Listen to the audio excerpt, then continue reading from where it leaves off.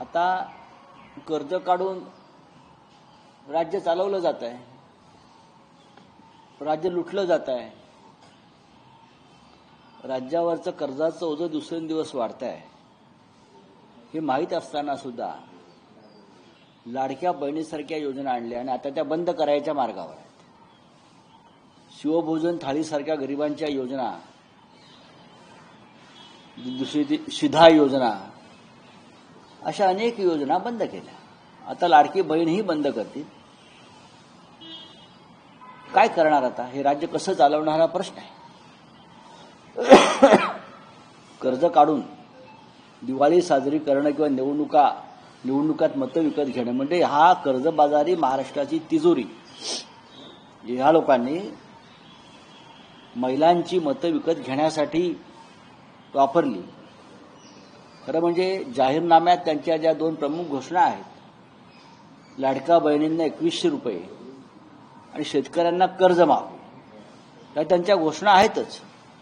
त्याचं तुम्ही काय करणार आहात हे उत्तर या राज्याच्या जनतेला मिळायला हवं. आणि हे 8,00,000 कोटीच्या वरचं कर्ज, हा कर्जाचा डोंगर तुम्ही कसा कमी करणार आहात? तुम्ही आता महाराष्ट्राच्या दरडोई माणसाच्या डोक्यावर किती कर्ज आहे हे तुम्ही करून ठेवलंय, त्याचा हिशोब करा. तुमचं कर्ज या राज्याची जनता फेडणार आहे. जो अर्थसंकल्प आहे, अर्थसंकल्पामध्ये सामाजिक कल्याणाच्या ज्या योजना होत्या त्या कमी दिसतात, मात्र रस्त्यासाठी भरीव निधी दिसतो. याचं कारण काय? याचं कारण असं आहे, तर शक्तीपीठ मार्गाची मागणी कोणी केली होती? शक्तीपीठ मार्गाची मागणी गेल्या काही वर्षामध्ये ठेकेदारांकडून मोठ्या प्रमाणात जे पैसे उकळले गेले, हे रस्ते बनवणारे ठेकेदार आहेत. समृद्धी असेल, शक्तीपीठ असेल, यांच्याकडून हजारो कोटी रुपये आधीच काढून घेतले, टेंडर देण्यात आली आणि शेकडो कोटी रुपये काढून घेतले. ते निवडणुकीत वापरले असतील किंवा आमदार खासदार खरेदीसाठी वापरले असतील. शक्तीपीठाच्या संदर्भात शेतकरी भूमी अधिग्रहण करण्याच्या विरोधामध्ये आहेत आणि महाराष्ट्रामध्ये आज हा शेतकरी शक्तीपीठासंदर्भात रस्त्यावर आहे. सर, आज जो होळी आहे, पण असं असताना देवेंद्र फडणवीस सरकार राज्य सभागृहात म्हणतायत की 100 शेतकऱ्यांनी मला निवेदन दिलं एअरपोर्टवरती येऊन, आणि ते निवेदन देताना हे 100 शेतकरी जे आहेत, हे जे 100 शेतकरी जे आहेत, हे भारतीय जनता पक्षाचे एजंट असावेत. त्यांच्या माध्यमातून या जमीन खरेदी विक्रीचे व्यवहार सुरू असावेत.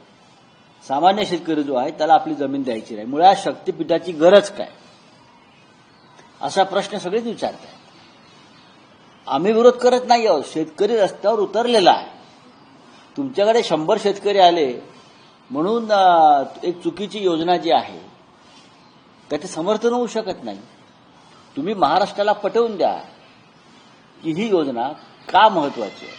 हा जो मार्ग आहे शक्तीपीठाचा का महत्वाचा आहे की फक्त काही ठेकेदार तुमच्या मर्जीतले आहेत, त्यांना काम मिळावं, त्यांची मालामाल व्हावी आणि मग त्या पैशातून उद्या निवडणुका लढाव्यात, म्हणून ही शक्तीपीठासारख्या योजना आहेत का? बलुचिस्तान ट्रेन अपहरणवरून पाकिस्तानने भारतावर निराधार आरोप केले. हे सांगितलं की या अपहरणामागे भारताचा हात आहे. भारताचा हात असता अशा मोठ्या कांडामध्ये तर महाराष्ट्रात देशामध्ये अनेक प्रकरणं सहज सोडवली असते ना. आम्ही एवढं धाडस असतं तर. चीनने ताब्यात घेतलेली 4000 किलोमीटर वर्ग किलोमीटर जमीन सोडवली असती. अरुणाचलमधून चीनला हुसकून लावलं असतं. अशा बऱ्याच गोष्टी करतात. हे उगाचच पाकिस्तानवाले सुद्धा हा पाकिस्तानचा अंतर्गत विषय आहे. बलुचिस्तानचा विषय हा पाकिस्तानचा अत्यंत अंतर्गत विषय आहे. त्यांनी तो अत्यंत अंतर्गत पद्धतीनं सोडवायला पाहिजे. भारतामध्ये त्यांनी कोणाला खेचू नये. होळी आहे, वरळीमध्ये लाऊडस्पीकर काढून घेण्यात आले, मात्र दांडियाला परवानगी मिळते, होळीला परवानगी मिळत नाही. होळीला परवानगी मिळत नाहीये. त्यानंतर उद्या गणेशोत्सव येणार आहेत. पीओपीच्या मूर्तींवरती बंदी आणलेली आहे.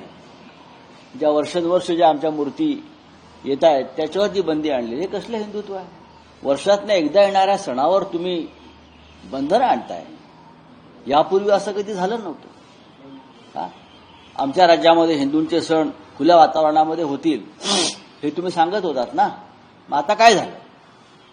गणपती उत्सवावर बंधन आहे, दिवाळीत फटाक्यांवर बंधन आहे, ठीक आहे, आम्हालाही माहिती आहे पर्यावरण वगैरे काय आहे ते. मग पर्यावरणाची इतकीच काळजी आहे तर गढूळ पाण्यामध्ये महाकुंभला लोकांना स्नान का करायला लावलं?